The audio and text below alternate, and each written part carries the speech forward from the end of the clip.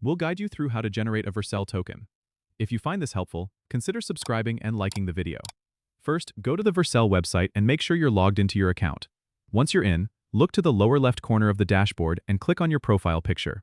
A drop-down menu will appear. From here, select Account Settings.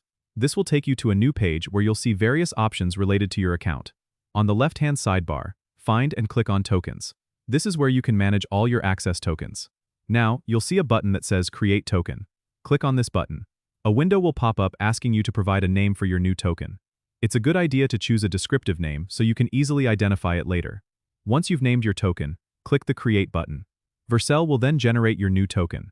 Make sure to copy this token immediately, as you won't be able to view it again for security reasons. If you lose it, you'll need to create a new one.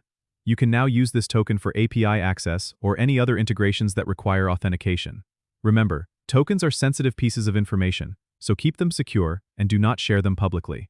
That's it. You've successfully generated a Vercel token. Don't forget to subscribe and comment if this helped you out.